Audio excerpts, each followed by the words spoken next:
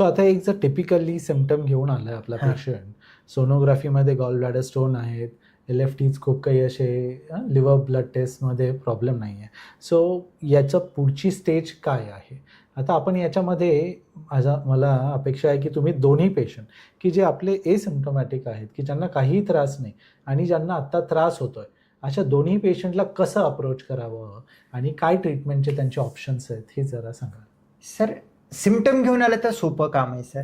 तिथं काहीच लोड नाही आहे. तिथं जर वेळ एखादा घालवायचा गॉल नाहीच. ब्लॅडर स्टोन आहे, पेन आलेली आहे, वाट बघू नका कॉम्प्लिकेशनची, कारण कॉम्प्लिकेशन गॉल ब्लॅडरची सर्जरीपेक्षा कित्येक पटीनं खूप जास्त आहे. बरं. गॉल ब्लॅडर एक अवयव आहे, माहिती आहे, पण अवयव जर काम करत नाही, त्याला पोटामध्ये ठेवून त्याची कॉम्प्लिकेशन वाट बघणे आणि त्याच्यामध्ये पेशंटची सुद्धा प्रॉब्लेम होतात. एखादा गॉल ब्लॅडर इन्फेक्शन घेऊन आला, सर्जनला ऑपरेटिव्हला प्रॉब्लेम होतात.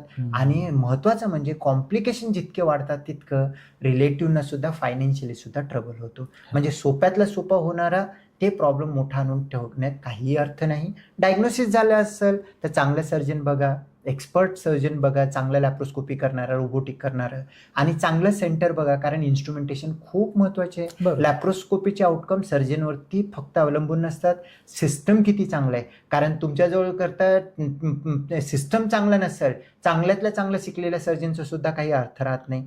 आणि बॅकअप सिस्टम बघून घ्या, त्या हिशोबानं करून घेणं गरजेचं आहे. हा झाला एक सिम्पटोमॅटिक गॉल ब्लॅडर स्टोन. बरं. आणि जर का त्याच्यासोबत जर का जॉन्डिस वगैरे असेल तर गॉल ब्लॅडर सर्जरीला जाण्यापेक्षा अगोदर ERCP वगैरे करून पित्ताशयाची नळी क्लीन करून गॉल ब्लॅडर करणं आहे. पण बरं. पित्ताशयाची नळीची ERCP केल्यानंतर सुद्धा गॉल ब्लॅडर करणंच आहे, नाहीतर ते गरजेचं आहे. नंतर प्रॉब्लेम घेऊन येतो. मदरशिप ठेवू शकत नाही. 100%.